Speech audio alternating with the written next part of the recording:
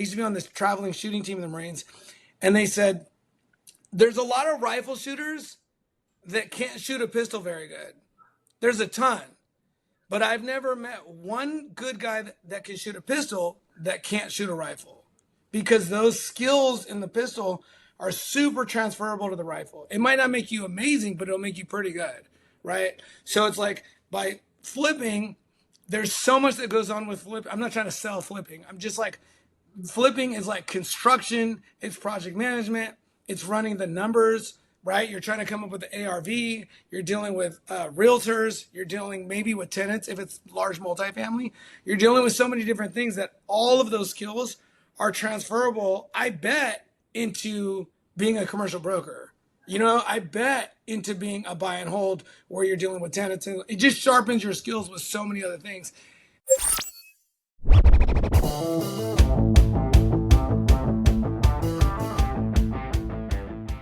So Mark, appreciate you jumping on all the way from California for us. Kind of start off, kind of tell us a little bit about your life, how you ended up here, and I really like to know how you got the name of your company. Yeah, thanks. So I'm Mark Lopez. My company is 5 Walnut Construction. And that's because, there's 5 members of my family, me, my wife, and our 3 kids. And then we used to live on Walnut. So that was how we got it started, was 5 of us that lived on Walnut. Nothing crazy. It seems like there'd be more to it than that, but yeah. Yeah, we wanted it something different. Everybody else has like a LG construction or like initials or something.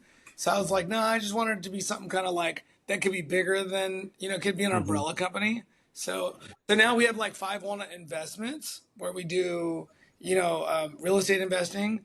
We have, we've created a couple other LLCs that have branched off of that, but they've always kept the Walnut, right? So we did like Walnut Cabin when we had an Airbnb. We had Walnut Heights where we had some property in this like certain district in the city. So everything kind of somehow stemmed from the Walnut. I did something similar, I guess, but different. So I took all the names of my family. So 3 daughters, they all start with the A, and then Ryan and Valerie, and I made a Savara and just made a name with it. So that's where mine came from. So very similar. Kind of incorporate the family. Nice. Are you going to tell us that you're allergic to walnuts? No. I don't. No allergies. Just maybe just the needles. When you're in the military, all the shots they give you. And I don't love that. But other than that, I don't really. Yeah. So obviously you got the Marine Save Lives shirt on. What's your proud Marine? Yeah, man. Marine Corps. I did 4 years. I joined right before, like a little before 9/11, right? So I was in at the very beginning of 99 till 03. So, interesting time. It was like super fun and easy and chill. But on Marine, status. And then once 9/11 hit, the whole world changed, right? You couldn't like travel to Mexico anymore. You had to be near base. They started putting barricades around all the bases because I think they thought somebody was going to like drive in a whole bunch of anthrax or something. Remember the anthrax? It was crazy, right? So the whole world changed right after 9/11. So it was an interesting time to be in, but I'm for sure like proud to be in the Marine Corps. While I was in there, I met, and I'm sure you have the same experiences, like I met some of the smartest people I ever met in my life and some of the absolute stupidest people I ever met in my life, because there's just so many different walks of life, right? So just an incredible experience being in the Marines and just meeting so many different walks of life, like, guys that were really good mechanically, maybe not on a computer, and the guys that were crazy computer geniuses that just should never shoot a gun, right? So, just a good time. The Air Force doesn't have many dumb people. We send them to the Army. I like it. So, I like yeah. it. Very, very. So, got out of the Marines in 03. What jumped straight into real estate, or what's your story? Man, that's a good question. So I actually joined the Marines because I went to my family. They're like, my dad was a teacher and his last job was a teacher, and my mom was a nurse, and they grew up in the era where like you're supposed to go to college. So got to go to college, got to go to college. My sisters all got good grades their whole lives. I didn't. And I just kind of was wiry and bouncy, probably like you guys, right? A little like, okay, but just kind of like looking for something else. So I went to one semester of college and it was all bad. And I knew the one thing that was missing was discipline. So I decided to join the Marines. And they also I thought it would be good because I was doing something, right? Like learn discipline, but also get out of town. I grew up in Stockton, California, and it's pretty hood there. A lot of people don't make it out, or they get caught up in some riffraff. So I knew was susceptible to that. So I decided to leave. So I did 4 years and really was successful in the Marines. Like I had a great job. I gave it my all and was really good in a structured environment. I needed the discipline. And the thing I learned the most in the Marines was how much you could get done in a day, right? Like if you start at 4:30, 5 o'clock in the morning, you can get a lot done by the time you hit your rack. So I did my 4 years and then I got out, and the reason why I got out is because I wanted to, explore what's possible, right? I wanted to go to college because that's what everybody told me you're supposed to do. So I used my MGIB and went to a local community college until I transferred into the Cal State system here in Long Beach. And I got involved in a church out here. But I just thought I'm supposed to get out of the military, get a degree, and then get a job, buy a house, meet a wife, have kids. That's the American dream, right? That's what everybody's told us our whole lives, especially growing up in the 80s and the 90s, right? You're supposed to get a degree, get a wife, get a kid, get a house, happily ever after. What I learned, though, was quickly you can get all of that. And I had a corporate job, and stop me if I'm going too far, but I got my degree. I felt super proud of myself because I got the discipline I needed from the military. I used it in college. I started getting Dean's List and really good grades and really committing myself to my new job, right? Like bartending and things like that, making my way through college. And then I got my degree, and it was well, who's going to hire me? And I had a bachelor's degree. I've used my whole MGIB, and I got a job at a pest control company. So I had this pest control company where I would crawl under houses and crawl in attics, and then I would sell a pest control service to residential homeowners or commercial building owners, large businesses where they tent the building. I would sell that service. But every day, dude, I would be crawling in this crawl space or crawling in this attic saying, man, I went to college for this. You know what I mean? I was actually really solid. People depend on me. I had a lot of responsibility in the military, and I came out and I'm crawling underneath the house, and there's bugs crawling near me. People call me because there's bugs flying around the house. That's not an important job. It's an important job. But dude, I have so much to offer this planet, I think. And I'm I could find a way to run a marathon. I could find a way to make it up a hill. I could find a way to bring a whole team to complete something. And I'm committed and I'm in and I have crazy amounts of energy, and I'm underneath the house looking for bugs. This is crazy. And I have a college degree, and I have a wife, and I have my home, and I'm starting to build things, but it was I don't understand how this happens. And you see people all the time that can't get past this desk job because they bought into what everybody else told them to do. Get your degree, and now you're in a cubicle, living the American dream with your house, your crazy mortgage, your wife that's probably unhappy because you hate your life, right? And that's kind of what started to unfold. That's how I started getting into real estate. I always thought I'm supposed to get a degree, get a job, get the American dream, and then buy a piece of property or two and hold it forever. So that's how I initially got into real estate. Was I know one day I want to retire. My 401k is not really performing. I probably need to start putting money away into these other properties, and then one day I'll live off of those rents. I think that's how a lot of people first get into real estate. What do you guys? Is that kind of how you got started in?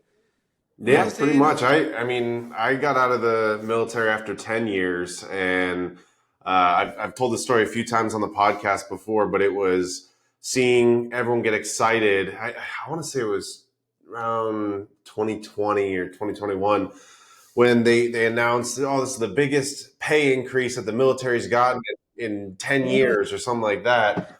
And I was like, well, it's a 3% pay increase and inflation is like 9% right now. So we're losing money, and they're just fluffing it up to make. And so anyways, I figured if I got out and did real estate for the next 10 years, I'd probably be a lot better than the whatever $3,000 a month if I stayed in the military for another 10. So definitely similar. If you had $3,000 a month, you're talking about the whole thing. I thought that was your raise. That's pretty good for military. No, I'm saying $3,000 raise. My pension. If I stayed another 10, you know. Yeah, it's mine's similar. Yeah. Like I got out during COVID. I was looking for something to do and stumbled upon real estate and saw it as a avenue out. So. Yeah. Well, you know, my dad originally was a builder and then he became a teacher. But he died when I was young. I was like 10 years old when he died. He died at 52. He had a heart attack. And I have 5 sisters. So it was my mom left with 6 kids. And my mom was a nurse. She had like a good job, right? But she worked until she was 72. And then she wanted to retire in 08, right? So that was the crash.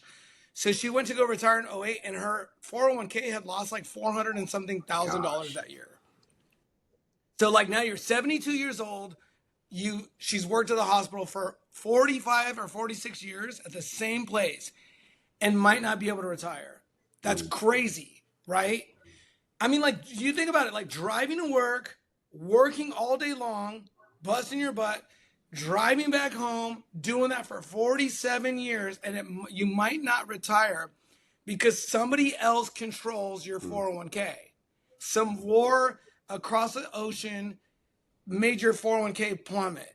Some housing thing where people were just burning people with home loans in 07 and 08 and all this made the market crash, and my mom might not be able to retire because of other people's, actions. That's crazy, right? Fortunately, she was able to retire because my dad had bought some property on our same street. So she had 3 homes on the same street. It's in the hood, bro, like in Stockton. It's not like we're talking about Bel Air. She's got 3 homes in the hood, but they're still rentable. And that rent income had increased with time, just like inflation, right? So when milk was 50 cents and now it's $4, so did the rents, right? So that's why I always liked real estate. It was like, oh, like I saw my mom, real estate bailed her out, right? So I need to do that. So when I, left the Marines and got my degree and got my job and everything, it's like, okay, I'm going to buy and I'm going to hold these homes forever. That's what Mexicans do. We never sell anything. So we're like, we're going to buy it and my grandma's going to live there. And then when she dies, I might move in and then my kids and their kids like that. We're not ever going to sell it. That was our like mentality, or that was my real estate strategy going into it. It wasn't until I got real unhappy in my corporate job. So I had a corporate job, that pest control job. I moved into corporate and moved into like regional sales and things like that. But I acquired a couple more homes, right, during that time. And then what happened was it was like, oh, those all rose with equity. So I was able to pull some equity out and buy more homes. But I started getting really unhappy with my life working in corporate America. It's like, I would go drop my kid off to school and I would be the first one to sign him in. There's no other kid there. And then I would like rush and leave work to go pick him up. And I'd be the last person picking him up here. So like, if you just looked at that check-in and checkout list, I'm the worst parent, right? And then I would like, show up to work a little late, leave a little early because I wanted to be a good dad. My dad died when I was young. What's all this worth if you're not a good parent or a good husband? And then I started realizing like, I don't really like my life. I don't really like where I'm at. And I would work in these areas like Bel Air or Beverly Hills or something. And I would see people drive these crazy cars and live in these crazy houses. And it wasn't like I needed all that. But I just realized that by my decisions, I was saying, I'm never going to have that stuff. It's like the only way I get that is by the lotto, right? Like, and I'm like a great performing employee. I'm doing my best, but it's like, I'll never have a house on the water.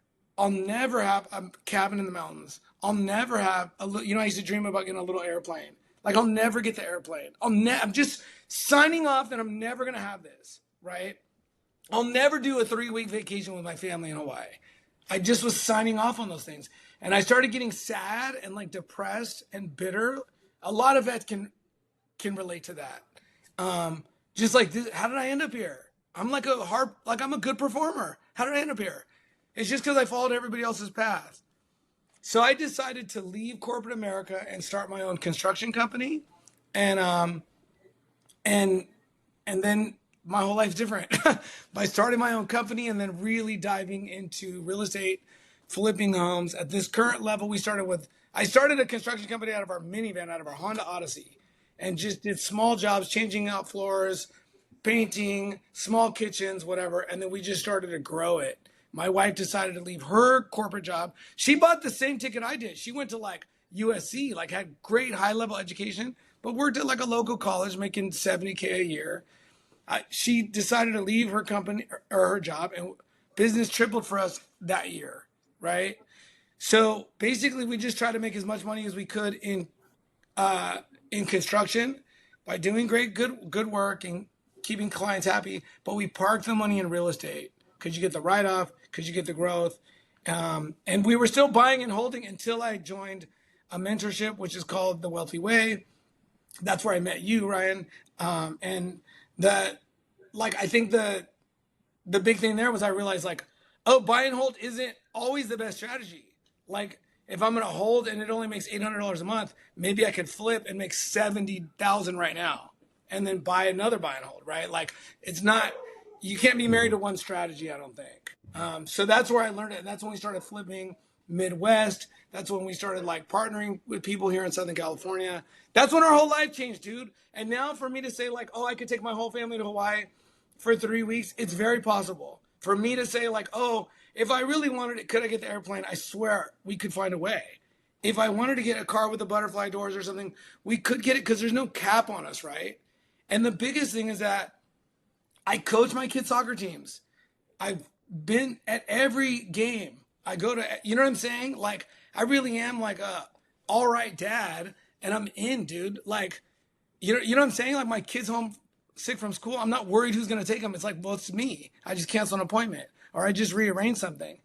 My kid hurt his ankle. I'm going to sit with him in the hospital for 8 hours. No issues, dude. I'm not worried about calling somebody or this or that. Like the freedom is the wealth. I love real estate. I love construction. I love business. But the freedom of me having a little bit of power and say what my day looks like, that to me, that makes me wealthy, bro. I feel real wealthy because of that.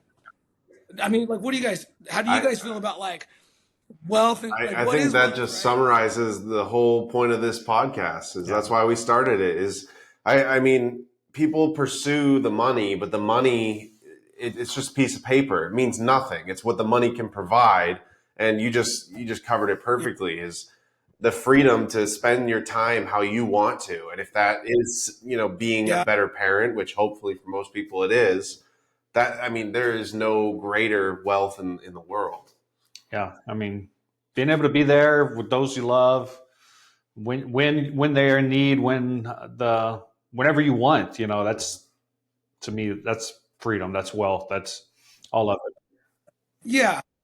Well, Tanner, so like what's something that like is a wealth to you right now that you feel like, man, this is a wealthy piece of my life? Like it could be a simple thing that you get to experience weekly or daily, right? And it's the same thing with you or Tanner and Ryan, right? Like what's something where you're just like, man, I didn't have this before, right? I love the military, but I hated that I couldn't just go to the park, right? And like just sit in a park at 12:30 in the afternoon or 14:30 in the afternoon and enjoy the trees and the birds, right? Like that's a crazy luxury that I have now, right? And I don't take it for granted. Do you guys have like a luxury or something like that where you feel like, man, this is like a chunk of wealth for me? I mean, I think there's a bunch of little luxuries that we overlook all the time, like being an E4 in the military and not being able to just lock the handle when you're filling up the gas pump. It's like I just so much love going to Costco and being able to lock that handle and turn around and not even look at it. Like, Is that a thing that you can't lock? I just never, and it was more of a mental thing because I didn't have the paycheck to be able to fill the tank. So Oh, got it. yeah, so it's just little things like that, and I think the biggest for me is the stress around the bills is like just knowing that the bills are going to clear. Like that is a luxury and a freedom that probably don't pay attention to enough. People focus on the freedom of flying first class or having the fancy cars and all that stuff, but it's like living without stress that you're going to have a place to live is. I mean, I think that is a huge freedom. Yeah, it's I do think it's the little things. It's not one thing that I look forward to. I mean, coming out of the military, 5 years ago, whatever, I hated the basically 24/7 thing. Like I won't get into the whole story, but I had a Navy captain, so in 06, called me up at 2:00 in the morning it was Friday night going into Saturday, and basically told me I had to buy a plane to Singapore, fly to Singapore to help him, help the crew fix the aircraft. And I was just like, dude, you're barking up the wrong tree at 2:30 in the morning. Like I'm not in the military anymore. Yeah. So I was a little more polite than that, but like I'm not like that's what the military expects of you. Like we're calling you, and because I still got a government contractor job, so it's kind of I have a lot more freedom, but yeah, just from a real estate standpoint, business standpoint, it's the ability to have something else that I can make a choice. Do I still need to do this? Do I want to do this? Is it paying the bills? And just mental clarity. But it's like that sigh of relief when you pay off your house. Like your mortgage payment. I know for me, my mortgage payment is probably my lowest expense of everything. Like all the properties are, way bigger mortgages. But I just look forward to that sigh of relief once I see I made my final mortgage payment and it's paid off, Yeah. So how are you specifically making money in real estate or real estate? So I'm on the Mexican strategy, I think you called it, It works, bro. It works. That's kind of been my philosophy. I did try to do a couple flips last year, but that was when the market was changing. So I still have my flips, but it's I mean they're rented and breaking even, making a little bit of cash flow. They're not nothing special, but they took longer. We had a big storm here in Omaha last summer, and so like one of the houses, the roof got damaged, the siding got damaged, so then I had to wait for insurance and all that stuff. So I'm like 8-9 months. I was like, well, I might as well just keep it for a year and rent it out for tax reasons. So it's kind of why I still have that one. And the other one, it just didn't sell fast enough, and I got impatient. So yeah. How about you, John? Yeah, a little bit of everything. I mean, I love rental real estate, but right now I'm just looking to learn more about the diversification of, taking stuff out of multifamily and putting them into more commercial type properties and, location diversity and asset class diversity and just all the different ways that you can evaluate it. Tanner's a commercial broker, so that's kind of he leans more that way. So yeah, so I help people buy properties and diversify so my background is portfolio development, and so it's looking at the big picture and finding the timing for all those things, and doing it with my own portfolio, and then we raise capital and help others do it too. So yeah, that's tight. So you've worked with like private money lenders and things like that? We've done a little bit of everything. Yeah, I like it. So we bounced around a little bit ourselves. So we were all buy and hold, and it's like, if you buy and hold in an appreciating market, I mean, we had one place that appreciated $700K in 10 years, right? So a friend of mine that's in our, the mentorship, he said, man, if you made $700K in 10 years, that's like you made $70,000 a year, right? That literally was like my wife's whole job, right? We made just by holding it. So equity, everybody wins in the long run if you hold it long enough, right? But it's like, could there have been more wins in the middle? So that's where we started getting into flipping. I love a buy and hold. It's still my favorite strategy. But flipping, it's like, I can like flip a couple ones that I don't love. And I maybe don't love the areas. I don't love the tenants, but I do love, maybe the buy box is really good. If you get a crazy deal on a flip and you got a quick construction crew, it's like, oh, dude, you can make like a quick 50, quick 70, and then roll it into a couple other things, right? So that's why, like, we've been flipping for maybe like about 3 years. And then everything else we had was a buy and hold. We had an Airbnb in the mountains that we thought was like, oh, dude, we're at the perfect time. And we were at the opposite. So, but we ended up being able to like do it, learn a lesson. It didn't cost us a fortune. It did cost us a bunch of time and a ton of effort. But instead of, we bought like a Louis Vuitton type Airbnb, we bought like a big cabin on a big mountain, that doesn't always get snow. So it's like we were depending on weather and things like that for it to perform.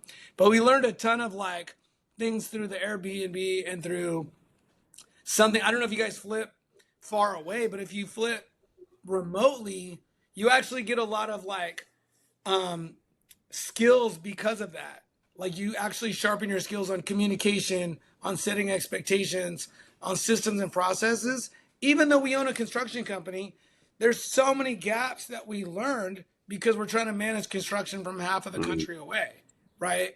So we learned all these other skills. So it wasn't even like, even if we had one flip where we made like 27K or something, 27K is cool, but we got like a master's degree in communication of like what we need to have lined out to make sure that the expectations are set correctly, like that was a big win. And we use that because of that, we've been able to have more success with flips and even like projects here with our construction company, just because of the skills that you learn, right?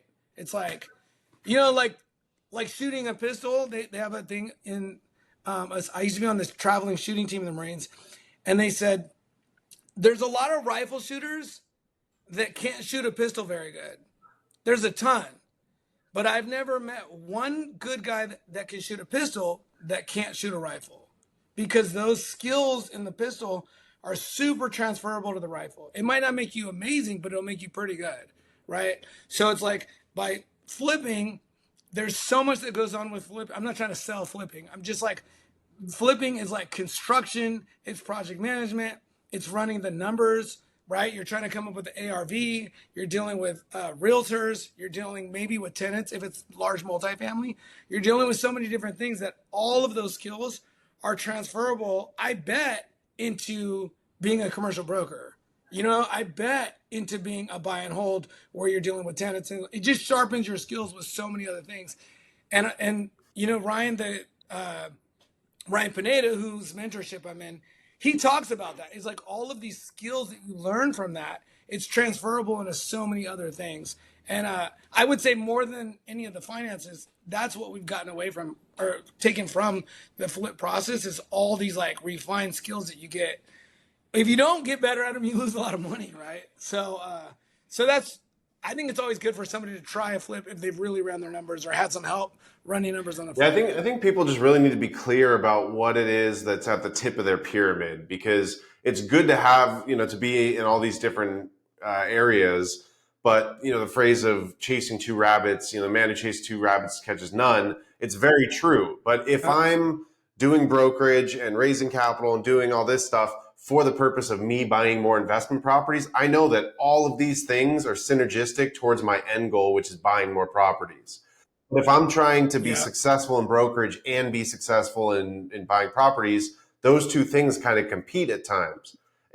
And then it's hard to be profitable. Or maybe you grow a construction company, but the construction company is taking from the investments to be profitable. And then it's basically just swapping money from your right hand into your left. So I think it's important for people to identify what is your end goal and which one do you want to focus on. I think you're right. So like, I'll give you an example, and we're in the middle of this right now. We just signed docs yesterday for a flip that we're purchasing in the Midwest. Now, in the program, I'm friends with a bunch of people that are all investors. They flip, they buy and hold, they Airbnb, you name it.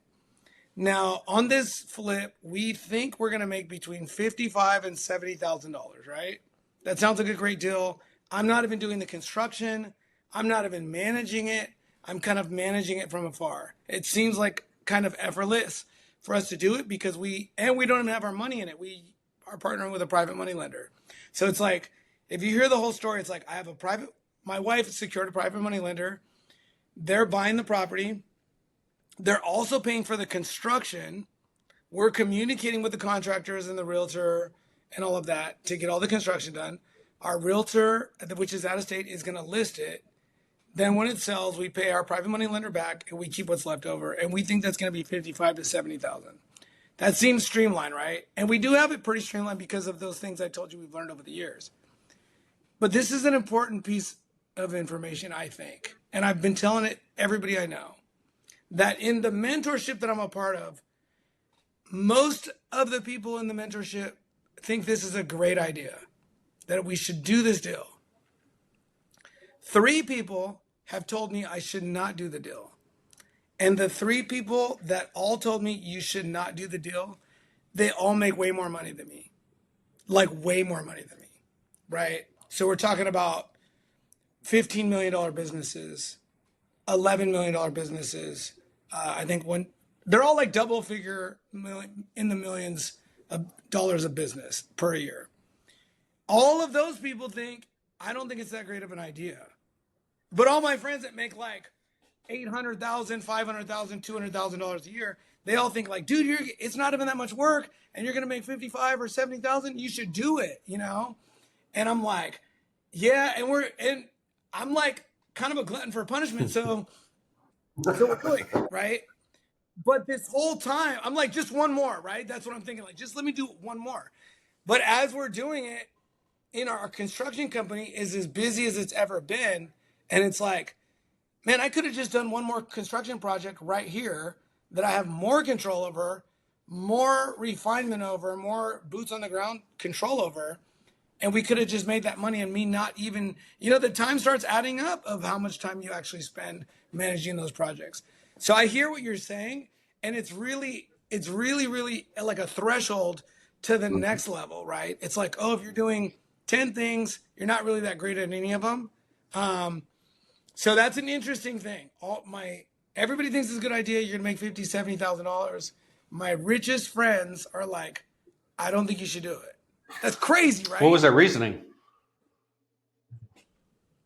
Because it's taking my focus and my time off of my biggest moneymaker of active income, which is our construction company. If I was laser focused in here, really packaged our service real well, offered financing, all these other different things that I could add onto this one stream, you could easily make $55,000 to $70,000. And it might be a crazy multiple over like 5 years, 10 years. It might be deep into the millions, but it's still taking my attention away from what's, you know what I mean? What like our bread maker is, right? So, and they're saying like, they give all these examples. It's like, well, Elon, he focuses on all these things now, but he didn't at the beginning. He was laser focused on one thing at the beginning. You talk about like, Pineda, all he did was flip, right? For years. You talk about the buy and hold. We were successful at buy and hold because all we did was buy and hold. It's once we started getting in other things, it's like, oh, dude, that Airbnb, we got lucky. We could have lost a couple hundred if we didn't. If we had spent 3 more months holding that, we could have lost a couple 100,000, right? Like, because we didn't really know it. It's not our expertise. It's not something that we do every day. So you only have so much time in a day. You should be pretty focused in one thing for a while until you have systems and processes that can run without you being in the captain's chair. But so I fully agree with you, Tanner, on that one. And on this one, we're monitoring it. The reason why we're still going through with the deal is because my nephew's 17 years old, and I think we might try to like build a position for him to do that, right? So I can like hand that off. So I'm like, well, let me just take on the pressure for another 6 months or 8 months, and then I can build a thing for my nephew. But even then, it's like, it still might be stupid. It might be better for me to just triple commit to construction. You know what I mean? Because buy and hold's not is crazy. Like, but flips, I mean, people lose money, bro, in flips. Yeah, and I think one thing that Ryan Pineda talks about a lot is post-COVID when he had 75 flips going on and lost That was millions. just last year. Yeah, but it just ended. I mean, Yeah. it came from COVID of him having all these flips. He was doing so well, and then the time that it took to dig out of that, which has been now 3-4 years, if he would have taken that same time, put it into something else, and maybe it would have been a better use of his time and more profitable. But also he recognizes that if you ever want to be the type of person that has $100 million problems, you have to be able to handle a $5-10 million problem. And Those are great points, bro. Those are great points. I mean, when at our like, we kind of had like winning year after winning year, winning after year. Everything kind of was growing for like, let's say a 5-year run. And then we were growing. We were like, oh, we're growing. We should double down on growing. So we hired a bunch of people. We created new systems. We made the Airbnb investment. We had a whole bunch of things all happening at once. Like, let's try all this new stuff. And when it turned, it didn't, didn't have my eye on it until it was already like a little deeper into the game. And we went from like making in the 20s a month, 30s, sometimes 40s, to like at our peak, we were like losing like between $18,000 and $24,000 a month, like pulling out of my savings $24,000 a month. And you just start, and then now there's all the like emotional stuff that goes with it. It's like, oh, now I gotta like lay people off that trusted that I created a job for them. I have to lay people off that left their job to come work with us. You know what I mean? And I have to lay them off. Like all the heartache and stuff like that. It's like, I mean, you got to take a chance to try to learn it. But now I know what not to do. You know what I mean? But I was like, there was a moment where I, like on those losing months, it wasn't losing because of the money. It wasn't losing because like we suck at business or something. I felt like the emotional side of it is you get like a little depressed or a little down because like so many people trusted on you and you failed them. It's not like money's whatever. You make some money, you lose some money. But like when you feel like, dang, I let people down, that stuff was like sat deep, deep, deep with me, dude. I started feeling kind of depressed, pretty depressed about it, actually. Yeah. If you had any Yeah, I could see that. Talk about where you are now with Five Walnut Construction, and you mostly do ABUs, right? ADUs, sorry. So it's split in half. So 5-1 construction in California, ADUs are really popular, right? Like second houses on the lot. So the reason why I like that particular setup is because I can like dedicate a whole team to just building that thing start to finish. We bring in a couple subs, but let's say I dedicate a team to doing 2 of those ADUs. I could probably do like 6 or 8 at a time, right? So that means like I have a couple of crews dedicated to those. The good news about ADUs from a construction standpoint is nobody's living in them. The other half of 5-1 construction, we do interior remodels. Like, when people want to open up kitchens and redo their bathrooms, generally our average client is like $130,000 client because they're doing some interior renovations. I think like 2 years ago, it was closer to like 180, 170, right? But when they're doing full interior renovations, man, you're in the house making sure everything's ultra perfect because they're going to stare at it for the next 30 years. So it's a different level of like customer service. It's a different level of like customer attention. So you kind of need like employees that have really good soft skills to be able to communicate with clients and designers and things like that. Whereas ADUs, since it's out in the backyard, it's new construction, it can look like a construction site. When you're working in the house, there has to be like all this perfection attached to it. Not that the ADUs don't finish perfect, they finish perfect. It's just during the process, it's a little messier. In the home, you gotta like worry about dust and all these different things. So it's like a slower process. So we have it's like half and half. We do general construction, remodeling, and then the other half, a lot of ADUs. And I like it. I think ADUs are the best investment I know of, especially if you're in like the buy and hold game. It's like, dude, it doesn't cost that much to build an ADU, but you added all the square footage and you can rent it. And now you can subdivide the lot. It's crazy. Like, I didn't ever envision that it would go this open, but it is. And I think it's like a great on my personal portfolio, every property that we own, we're building ADUs, right? Like that's how much I believe in ADUs.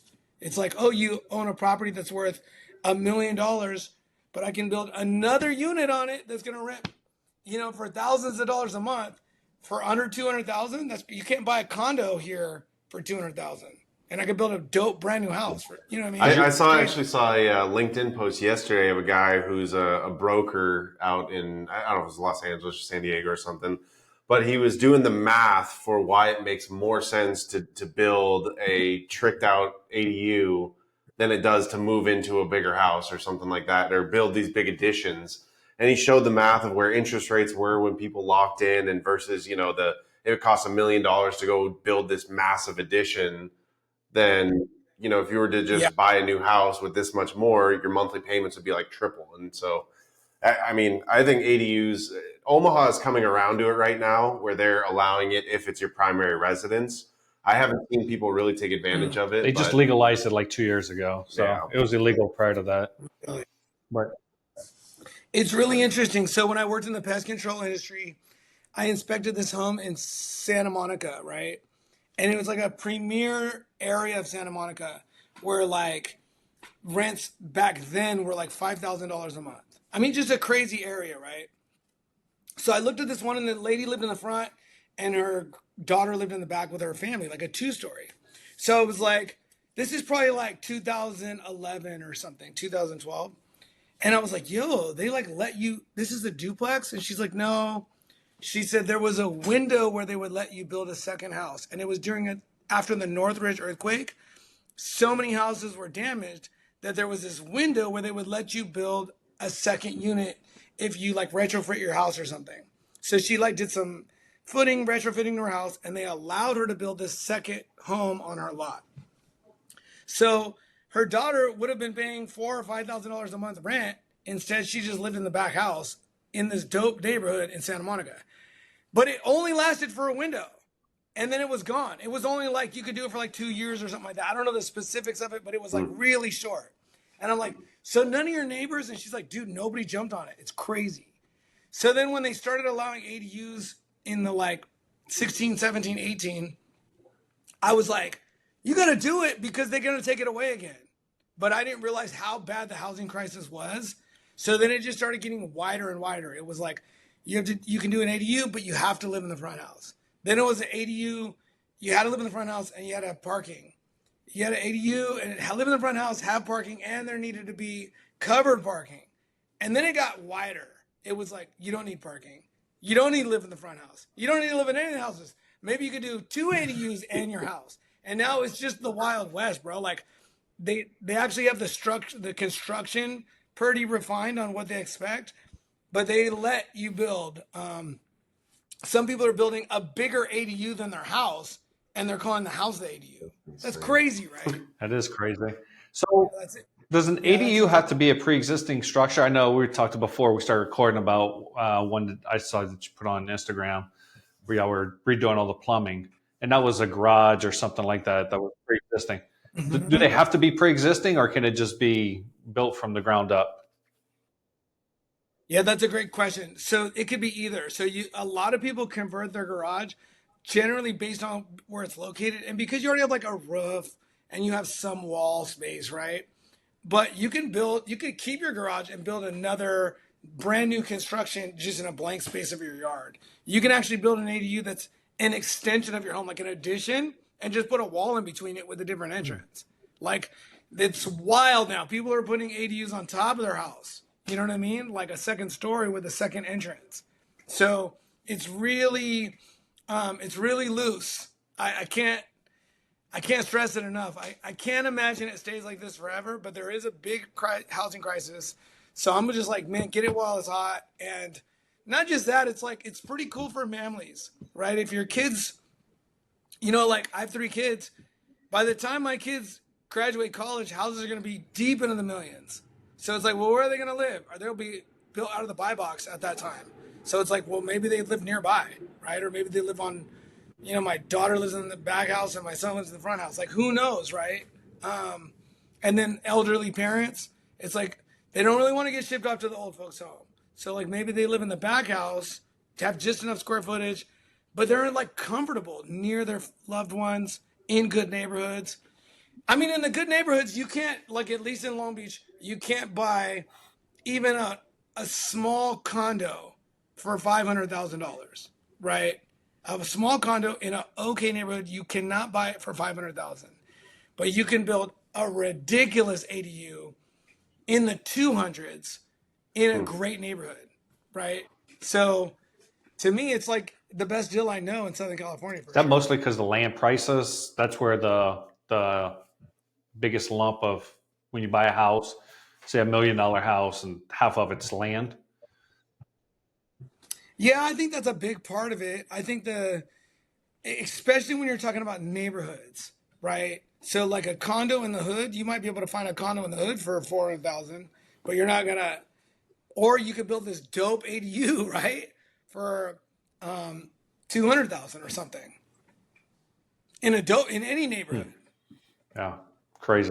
Interesting. Yeah, I think Omaha's still a few years away from it, but it's definitely interesting to see how these more populated areas are reacting to it, because we have no idea what the impact's going to be. I think that an ADU makes a lot of sense, and especially when there's two separate structures. Like we see maybe once every couple of years a lot that has multiple improvements on the same parcel. But yeah, I think that's something that Omaha has to entertain a little bit better. Yeah, I mean it's not impossible. Do you guys do you both have like a wife and kids Yeah, or yeah. I'm married and I have 7 kids, and yeah, 7 kids? Oh we man, need that's a lot of awesome. AUs. Yeah, so no, for sure. Well, the thing I think about it the most is like, dude, I can't tell you how many kids I know from like my kids' soccer teams or this or that, where like something happened. My dad died when I was 10. Like, you know what I mean? Like, I know that I could die. Like, what happens then for my kids, right? Can my wife just run the company on her own? Like, I'm not saying like, I mean, I've found a way to make it, right? But like, I think with my 5 sisters, a couple of them could have really benefited off of already having a property in their name. Like they'll never be homeless. I have a sister who like is crazy, hardworking, committed, but just didn't, ever like position herself in a certain profession. So she kind of bounces around like office space. And it's like, dude, if her husband dies, she's only a few checks away from being under the freeway. She doesn't own a home.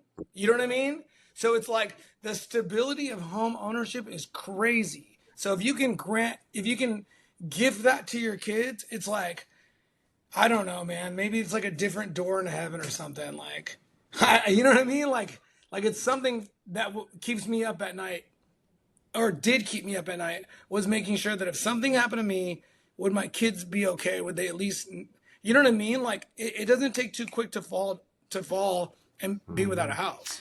Along those lines, should kind of change it up a little. So I don't know if how much you remember this, but when we first met, my wife had actually met your wife, Rihanna, before I met you.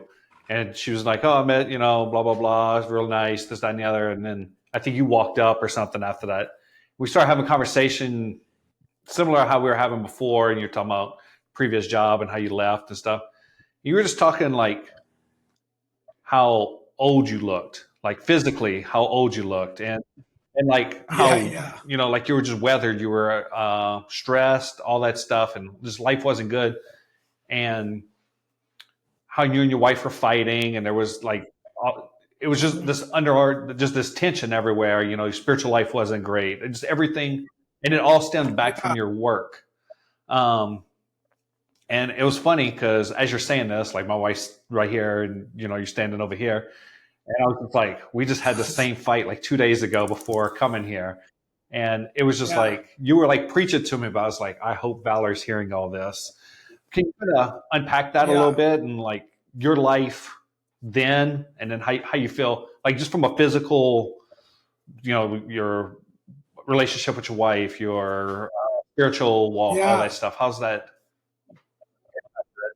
Yeah, thanks for inviting me to share that. I mean, like that might be the biggest transition of our lives, right? Is like that when I worked for a company, like you think about it, like we're veterans. we were like in it to like do something, to grow, to build, to refine. Like we find a way to get stuff done, right? Like seriously. So if you be part of a, if you're part of a system where you're not really allowed to like really stretch your engine out, sometimes I think it breeds depression. And I think that's what happened with me, is like I'm like constrained to like, you have to like have all these sign offs, or everything has to go through an inspection or something. It was like I just felt like locked down a little bit, and I didn't know where I was going, and I felt like kind of like confined. So when I decided to leave the company I worked for and start our company, it was like, okay, you got what you wanted. Now it's the Wild West, and I got to like try to build it. What I started realizing was like, oh, I don't have the energy that I had when I was in the military. In my brain, I do, but my body doesn't. And I eat a lot of carbs. And you know what I mean? And I'm not getting the best sleep like a lot of vets, right? Like I'm up at night and I don't know why. So I'm never like really 100%. So I started to realize pretty quickly that I wasn't in that good a shape. So the one thing that I did that was really good was I asked for help. I hired a trainer that was going to help me watch my meals and help me start lifting. I need to get some strength back in. I need to start having like more me time, where it was like, this is dedicated time to making me stronger so I could be stronger for everybody else. If I'm not good, how can I be good for anybody else? So I started spending time in the gym, started really working on my diet and getting back into shape. That really like helped me sleep a little bit better, helped me, get some confidence and some strength. And I think like release, some chemicals in my body that made me feel a little bit better. When that happened, you start having more alone time to like be reflective. And I started realizing like, man, on paper, I'm a pretty good husband. I provide, I'm this, I'm that. But like, when's the last time I like really held my wife's hand and just like walked a block? It's years. When's the last time we like put on the calendar that we're going to take a date, just me and her? It's been a long time. When's the last time I like sat face to face to her and told her like how much I love her and like how much she means to me? It's like we say it next to each other in bed, kind of whatever. But when have I like really put a stamp on it? When have I said, and I started seeking help for this. I went to a pastor and asked him, and nobody fucked anybody. Like we didn't like cheat or nothing crazy, but it was like, we just kind of were like drifting apart, and we had kids that we loved.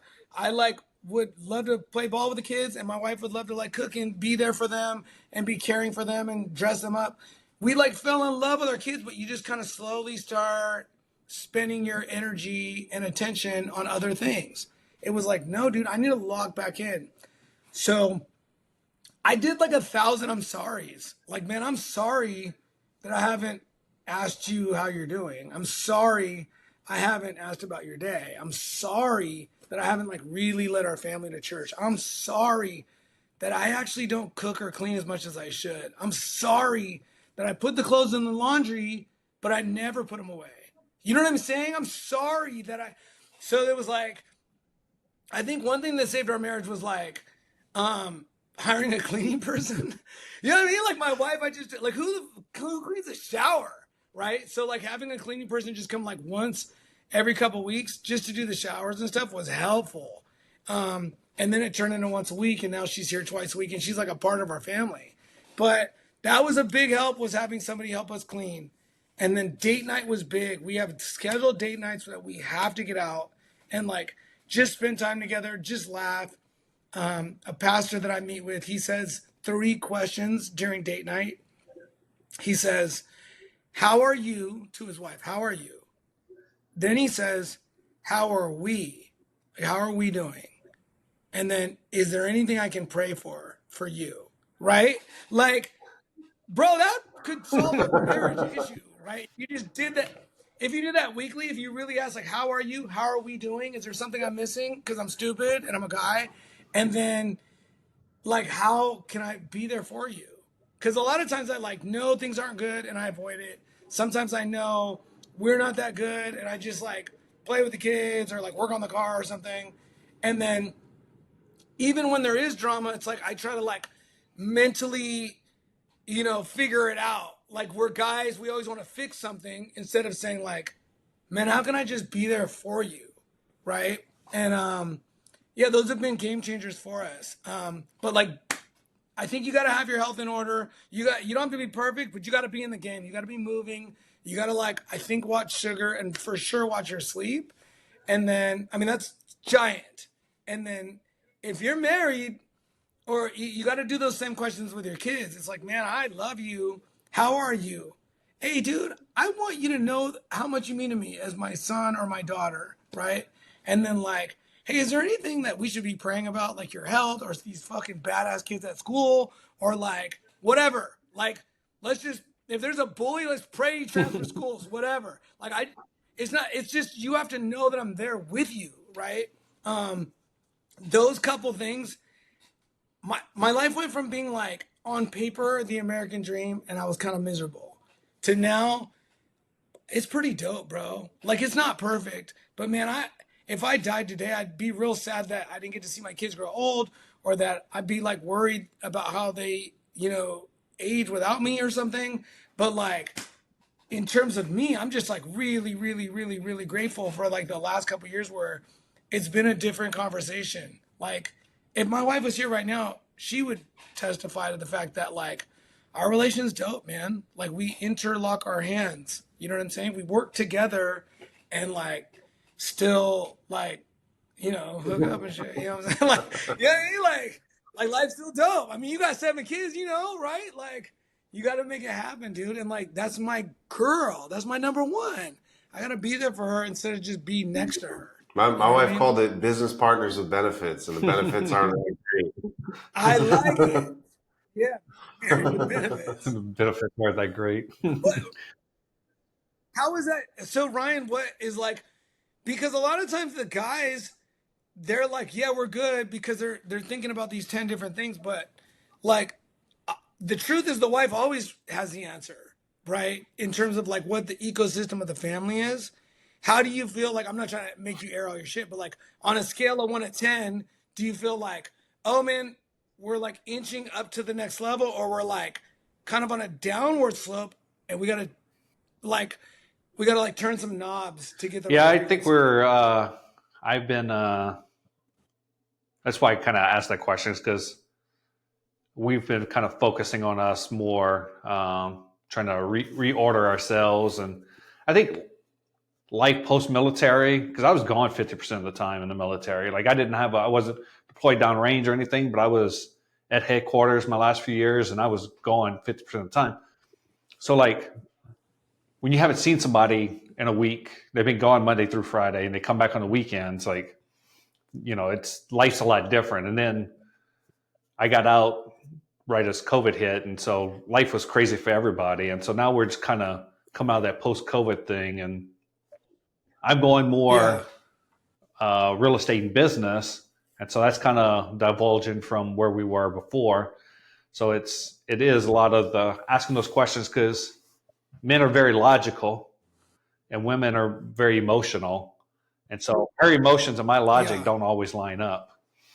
Like asking those questions, Yeah. like I like that you point out those questions, like how are we? How can I pray for us? What can I do? How can I show up?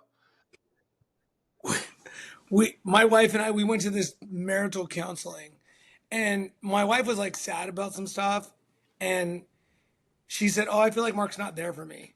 And the counselor, this is a breakthrough in my life, bro. I'm like gonna share a breakthrough in my life on my parenting, my husbandship.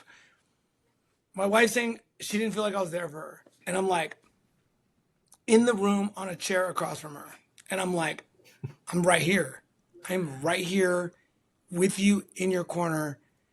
I'm right here. And she's like, I feel like you're not there for me. And I'm like, dude, I'm right here. I'm right in front of you. I drove us to the counseling session. I'm right here. I can't be anymore right here. I'm right here. And the counselor's like, Mark, she's saying she doesn't feel like you're here for her.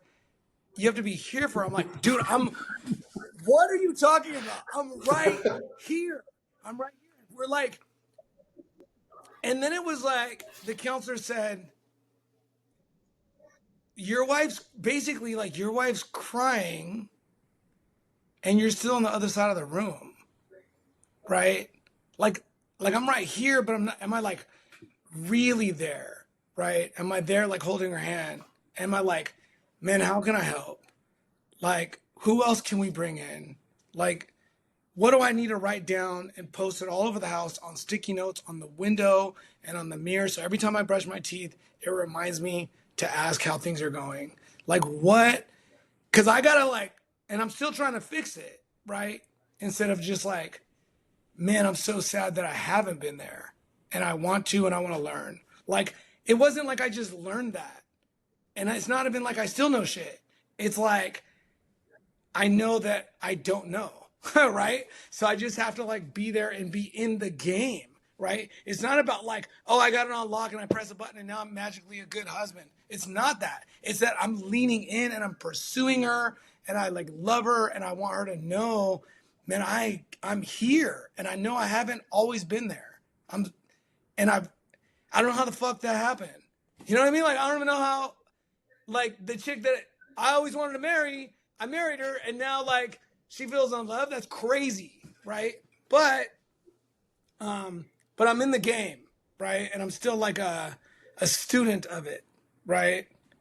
Um, what about you, Tanner? Do you feel like your wife like if we were to ask her, hey, like on a scale of 1 to 10, how's your like marriage, your love life? Like, what do you think she would say, or like just your guesstimation? You know what I Yeah, no, mean? I mean, we've interviewed her on the podcast before, and I think she would definitely say that it needs a constant improvement. And I think the biggest thing for us is complacency. I mean, so we do the Love Dare, which is it's a little leather bound book that has 40 challenges That's that awesome. you go through, and it's basically just about reconnecting. And I think as a man, it's just a good reminder of any problems are my fault. And it's like whether it's business problems, home problems, marital problems, spiritual problems, it's all my fault. And even if it's not my fault, it's my Yeah, problem, so I'm going to make it my fault. And that it's yeah, a hard reminder. It's easier said than done, especially in the moment when we just want to be right all the time. But I think that just remembering to make it a priority, I think is kind of the reset that we need to do. Takes a lot of humility. Hmm. yeah, yeah. It's like I have to be in the moment and intentional. My wife the other day, like literally 2 days ago, in the morning, I was like kissing her, and she said, "Man, you're kissing me like when we were first dating." And I was like, and I felt that too, right? Like, just from an emotional standpoint, it's like I am kissing her like that, and it wasn't just because like I want to feel like that. It's like, man, I want her to feel like that. You know, I want her to feel like Hmm. pursued, and that her happiness is like of ultra importance to me. Um, yeah, her happiness genuinely is my happiness too. You know, um, that's deep stuff, dude. That's a really good question, Ryan. I mean, my my best like hopes and wishes for you guys, like both of you guys, is like I think the pursuit of happiness. You know, it's like putting it on, like I was talking about the sticky. That's a real thing, dude. I put a sticky on the glass vanity, and when I brushed my teeth, it was just like I didn't put a note like "Ask your wife how you're doing." I just put a little star, and that was like my like code to myself, like ask her how she's doing, and do it in different ways so I don't sound like a robot. You know, like That's the biggest thing. So we talk about KPIs on here, when it comes to business. And yeah, my wife's like, I always feel like a check mark, like I'm just a check mark. And in my head, I'm like, yes, but it's a leading KPI, not a lagging KPI. So if I get this done right, then the rest of life will be. But like, yeah, I don't say that, but in my head, that's what I'm thinking. Like, yes, it is a check mark, but it's to make sure everything else that's lagging behind is actually good. So, but women don't think that yeah, way. So, yeah. It should be an yeah, organic like check how do mark. I, Yeah, to your question, or to your comment, how do I do it differently that it's varied and it doesn't come across as fake? Because we ask the same question every yeah, day. How am I showing up for you today? You ask the same thing every single day. It's going to cause issues. So, Yeah, like I don't know if you guys are believers or not believers, but like as a believer, like like I kind of get away from it by being able to like, like pray for her, or just like, hey man, just pray like you're here with us. Da, da, da. I guess two questions kind of in this. One, you mentioned about you went to a pastor, you went to somebody for help. How hard was that to kind of bury your ego? I think that's really hard for men. Yeah, I think I was in like, you know, full transparency, I was kind of like in a spiral. Like what happened was when I left the corporation I was working for and I chose to like leave, start this company. I wanted to help out. Like I had good intentions. So it's like, oh, I'm going to start helping with laundry and I'm going to start helping take the kids to school and I'm going to start doing these things. And then I realized like nobody can do all of this. It's so much work to like cook and clean and prepare a lunch and change diapers and take the kids to school and then pick them up and and then still have a company or still go to work. So I met with my wife and told her, "Hey dude, I'm fully in. I'm helping out. But I feel like I'm helping out too much now. Like nobody can do all of this." And she was like, "I've been doing it the whole time." And she's not really like, you met her. She's not like she's not trying to like cut me. She was just telling her side, like, dude, I've been doing this the whole time. And I was like, all right, well, I'm in. So I just kept trying to help out and try to build the business. And I had too many things on my plate, and I felt like I was like spiraling a little bit. I just had so much going on. And then, like military guys are, we're like, oh, this is a sign that we're growing. Give me more, because we're stupid, right? We're like gluttons for punishment. So I was like, well, I'll take on more. Don't worry about it. Like, I don't need to sleep that much. I don't need to whatever. And then I think I started like realizing how much I wasn't there for her. And now I'm like, okay, now here I am, like husband of the year. I'm going to be like in and there for you. And now we're going to date. And now we're going to this. And I think that was a lot for her because it had been years of me being there, but not being there. So I felt like a little panicky. Like she was like, we weren't like hooking up with anybody. Nobody was doing anything crazy, but it was like, can none of these people see how much I love them? Like my kids and my wife and all this stuff. It was just like, I came in like a little hot, And I felt like, dude, did everything I'm working for not even understand that I'm working for them? It's like I missed it. You know what I mean? Like I'm doing all this work, I'm providing, I'm trying to be everything I can for them, and they don't even really see it because I'm not doing the important stuff like just sitting down and playing with toys with my kids.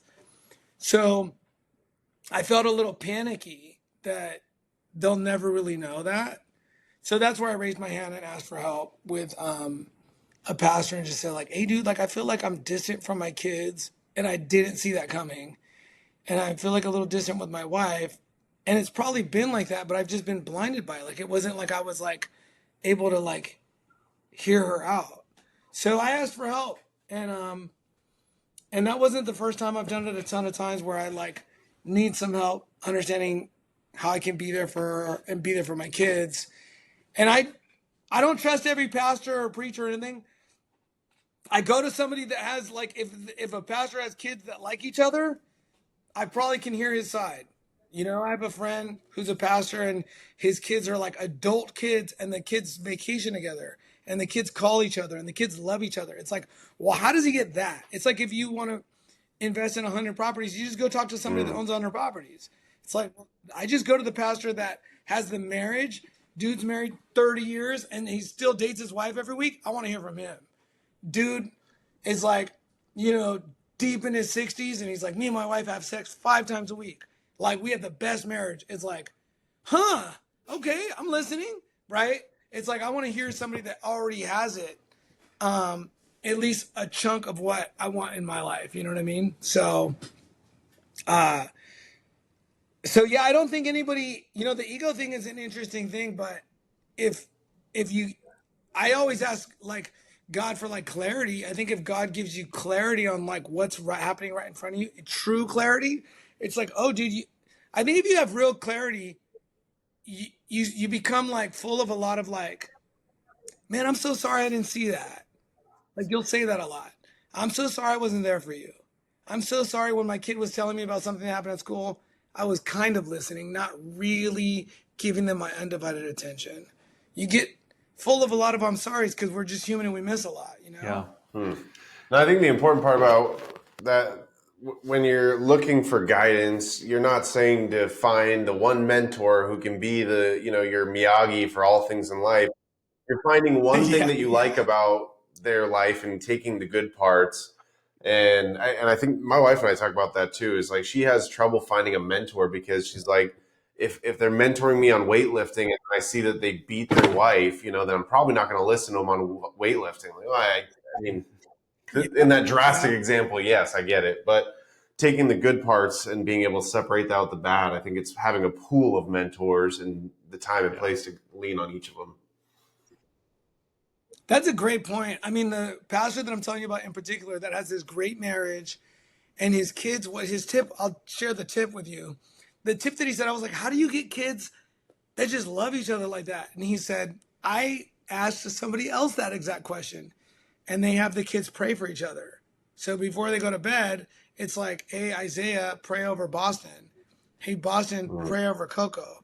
It's like, have you ever hated somebody that prayed for you? That's a good one. Right? It's crazy. It's like somebody that, like, if you were like, if I said, hey, Ryan, let me pray for you right now, you're not going to hate me. There's no way. Right? Yeah. Like, I'm rooting for you. So, like, what if your kids did that?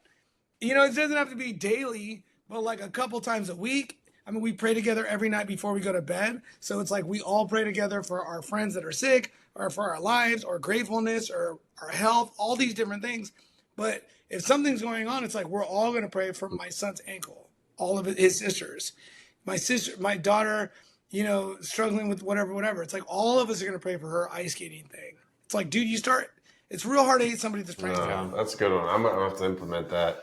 Yeah. Well, before we move on, when it comes to having prayers answered, what is the way that God tells you the answer to things? If you're at a crossroads and you're saying, should I go left or go right?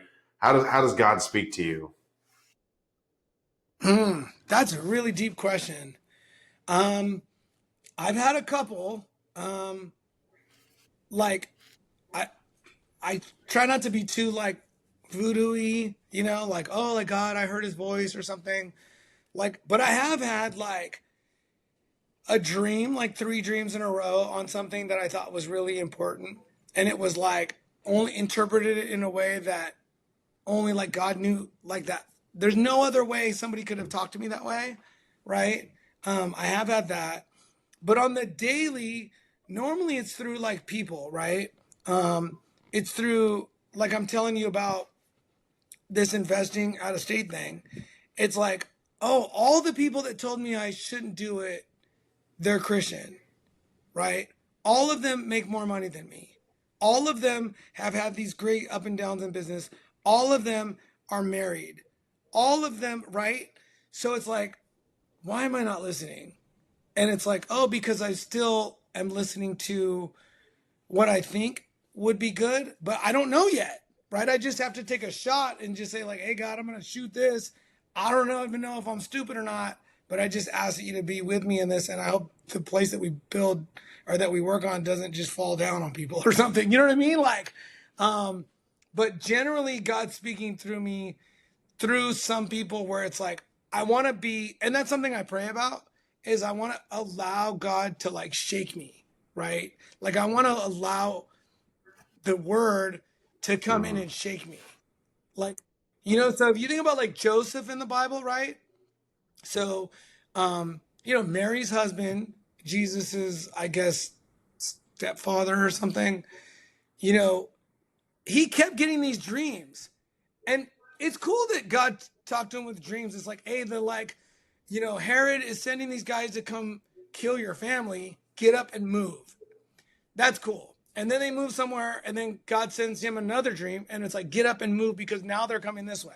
And then he's there for 15 years or something, and then it's like, get up and move again.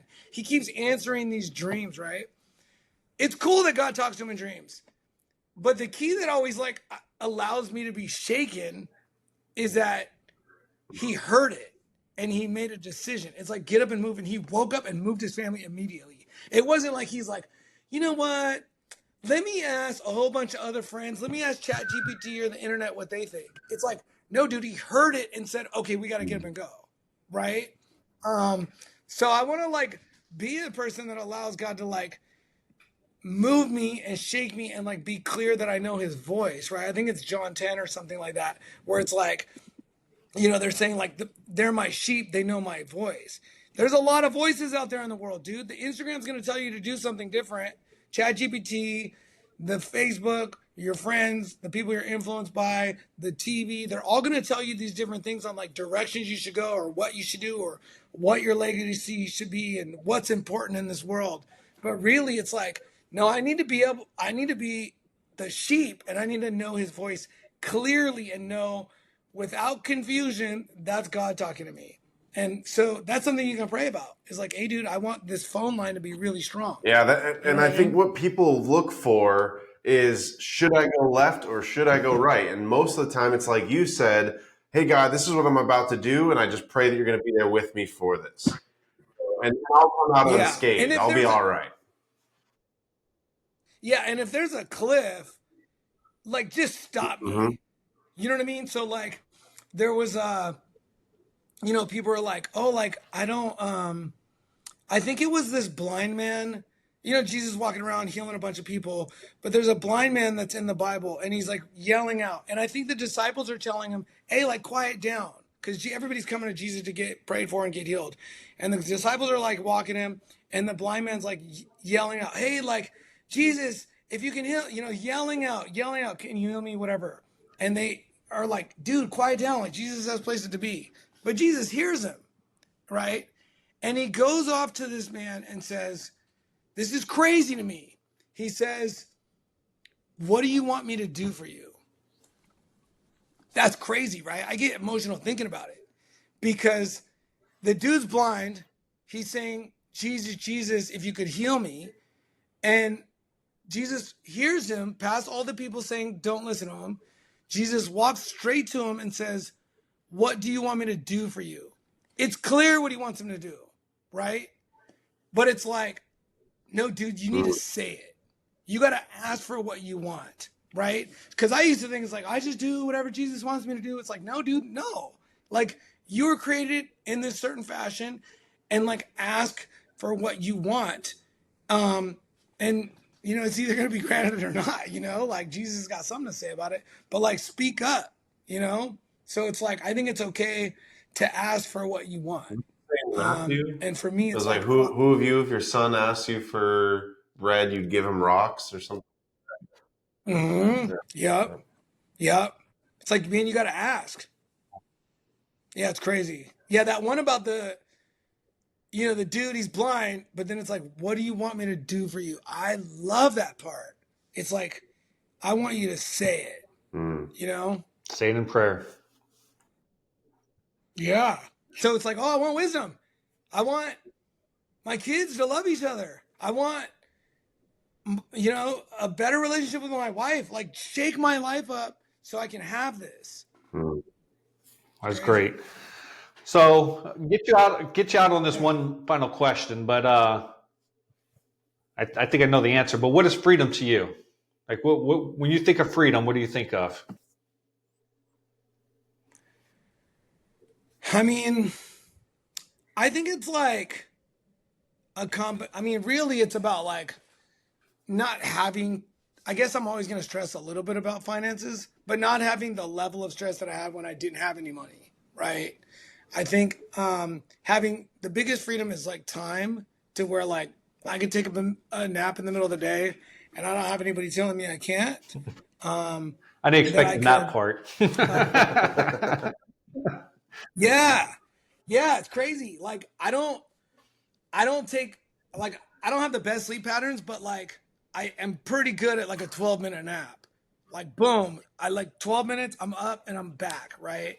So so I do like that, and then I like that I am grateful that like we're talking about like, you know, Christ operating in my life and like being, the ruler of it. It's like, oh, I like that I like can openly, I know there's places in the world where you don't have that. And it's like, oh, I like that I can like speak openly about that I can share that with my kids. But the freedom, I think it's like being able to like have more say, not ultimate say, but like more say over like what our lives start to look like. That I can be at my kids' events, that I can have more power over what my calendar looks like. Man, there's some stressful days in the entrepreneurial game. There's days where like I thought somebody was shaking my bed, but it was my heart like shaking, like really pounding over stress, right? There's some really stressful, dark moments in entrepreneurship. And I'll take all of them for how good freedom tastes of like being able to construct my day, being able to like get to the grocery store when nobody's there, getting to anything for my wife and for my kids, being able to attend funerals for not just my loved ones, but my friends' loved ones, like being able to not have a cap on what financially could come in or how many people we can impact, how many people we can help, like what our lives look like. That's really is freedom, is just being able to like have a little more control over where we're going. I mean, it's giant. It's really, really, it's the winning game, dude. It's crazy. And I wish I knew. So that's what freedom feels like to me. And I wish, I don't have a lot of like, I wish I shoulda, coulda, woulda, but I do implore anybody that's younger than me. It's like, oh man, I could have done this a long time ago. And I wish I did. Yeah. Well, I appreciate it. I wish my main camera wouldn't have cut out, but No, we're good. yeah, I really appreciate it. Appreciate you jumping on, taking time out of your day and your business to come on and drop a lot of info. Thanks Thank for you. having me, man. Yeah, we'll definitely have Seriously. to have you back and go more in depth on some of the philosophical stuff.